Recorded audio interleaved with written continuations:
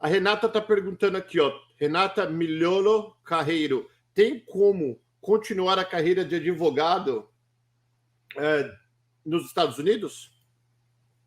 Bem, nós já falamos sobre isso em alguns vídeos, né, Paulo, específicos sobre a carreira de advogado. Então, assim, eu não vou responder a pergunta da pessoa que perguntou, vou responder em geral. A pessoa precisa tomar uma decisão que é assim: a minha vida só faz sentido se eu for advogado, se eu tiver um cartão de visita advogado. Se a resposta for sim, a minha dica é: sente e faça um curso de direito americano, do começo ao fim. Ponto. Esse é o melhor caminho. Um outro caminho é: você muda para a Califórnia, vai lá e faz a prova do bar da Califórnia. Você vai se tornar advogado na Califórnia, pessoa que é advogado brasileiro. Então é bem simples o processo.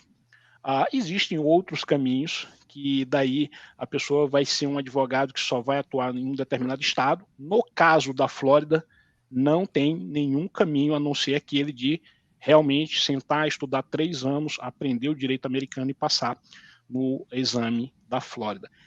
No entanto, se a resposta for não, a minha vida faz sentido se eu estiver morando nos Estados Unidos e estiver trabalhando num emprego que seja um emprego que tem algumas características, mas não necessariamente eu tenho uma carteira de advogado, aí existe uma série de alternativas. Eu já falei com o Paulo 1 hora só sobre diversas alternativas para profissionais da área de direito, né, Paulo? Vamos dar algumas até para a gente. Então, a alternativa que é a trivial, todo mundo busca, que eu menos gosto, é o de ser um assistente jurídico.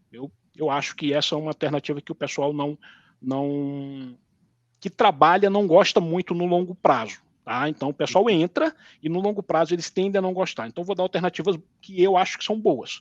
Então, por exemplo, você pode trabalhar no mundo do compliance. Então, por exemplo, você vai trabalhar lá um paralegal, vai ganhar 30, 40 mil dólares ano. Você vai entrar no mundo do compliance, vai ganhar 70, 80, 90, 100 mil dólares ano no estado da Flórida.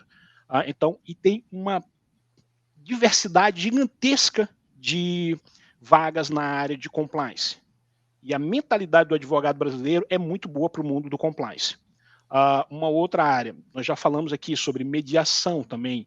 Então, também é uma área muito interessante. Toda essa parte de governança corporativa também é uma área muito interessante, porque tem a ver com o mindset e a mentalidade de advocacia brasileira, né?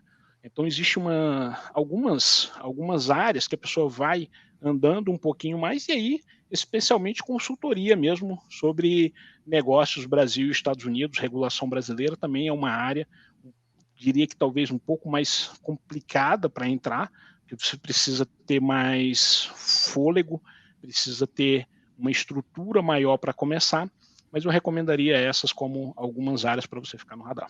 Na Ambra, o mestrado é tudo em português, tem inglês, como que é? A gente tem mestrados hoje que podem ser realizados integralmente em português, e em todos os nossos mestrados nós temos opção de estudar alguma disciplina em inglês, de fazer a orientação final em inglês, de fazer a pesquisa em inglês, a dissertação em inglês e estudar parcialmente em inglês. Então, por exemplo, a gente falou agora do compliance, ok? A pessoa pode entrar no mestrado da Ambra na área de compliance e fazer algumas disciplinas em português e outras em inglês. A disciplina, por exemplo, de compliance, que é a disciplina essencial, nós temos o professor Michael Rogan, que ele é o Chief Compliance Officer da... Como é que pronuncia, Paulo? É Charles Schwab, né? Charles Schwab, é o nome do cara. Isso. É o nome do cara, exatamente. Então, é um conglomerado, para quem não sabe, Charles Schwab é um conglomerado financeiro que gerencia só de ativos de gestão de terceiros 7 trilhões de dólares. O Banco do Brasil, no Brasil, é a maior instituição que gerencia ativos de terceiro no Brasil. Gerencia menos de 2 trilhões de reais. Então, só para você ter noção do tamanho. E a pessoa que faz um mestrado na Ambra, ela vai ter contato com o Michael Rogan, que é o Chief Compliance Officer do conglomerado financeiro. Uau. Então, você tem um acesso a uma pessoa que você não tem. O cara, vamos falar assim, você pegar o chefe de compliance do Banco do Brasil, talvez ele quer falar com o Michael, né? Porque o conglomerado financeiro é muito gigante. E na Ambra você vai estar numa turma ali de 12 pessoas falando com o Michael vai saber da sua existência, do seu nome, vai olhar para você na sua cara, como eu estou olhando aqui para o Paulo, e vai falar, oi, Paulo, só que ele fala inglês, né? Enfim. Então, a gente tem essas. Hi, Paulo. Ele vai fazer uma palestra semana que vem, tá? Para quem quiser. Aí na palestra, obviamente, é uma palestra pública, aí é só alguns mestrandos que vão estar com ele. Tá? Então, a gente tem algumas disciplinas em inglês. É possível fazer o mestrado inteiro em português, ou você pode fazer o mestrado parcialmente em português e inglês. Entendi. Só para a gente terminar aqui, me fala quais são as vantagens, porque eu estou ouvindo a Ambra aqui, que vocês já estão aqui há muitos anos, mas algumas pessoas não conhecem vocês aí ainda. Qual que é a diferença de a gente fazer um mestrado na Ambra e fazer um mestrado numa outra universidade ou college?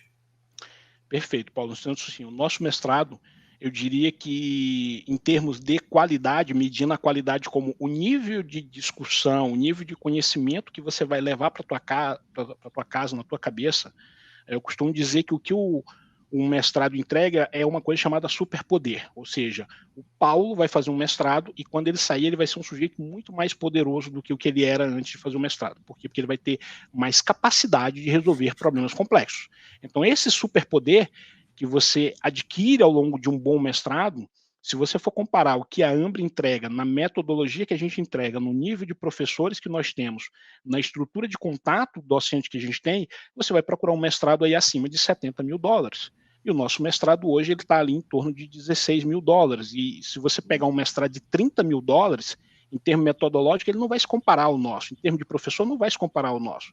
Ele não vai ter um executivo como tem no nosso mestrado. Por exemplo, no nosso mestrado em Wealth Management, nós temos, de novo, o chefe da área de Wealth Management do Citizen Bank. É o chefe, não é um funcionário, não é um dos 1000 funcionários daquela área, é o principal executivo daquela área como professor. E esse professor ele não vai falar para 1000 alunos, ele vai falar para uma turma de 12, 15 mestrandos. É diferente, né, Paulo?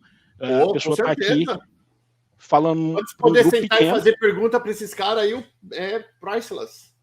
Exatamente. E aí, imagina só, o sujeito que quer ter uma carreira nos Estados Unidos, ele vai ter executivos de grandes empresas que vão estar lá com ele, que vão conhecê-lo, vão saber da existência dele, vai ter oportunidade de conversar. Não comece pedindo emprego, né? Comece mostrando que você é bom. Talvez alguma coisa ocorra de muito bom para você, né? Com certeza.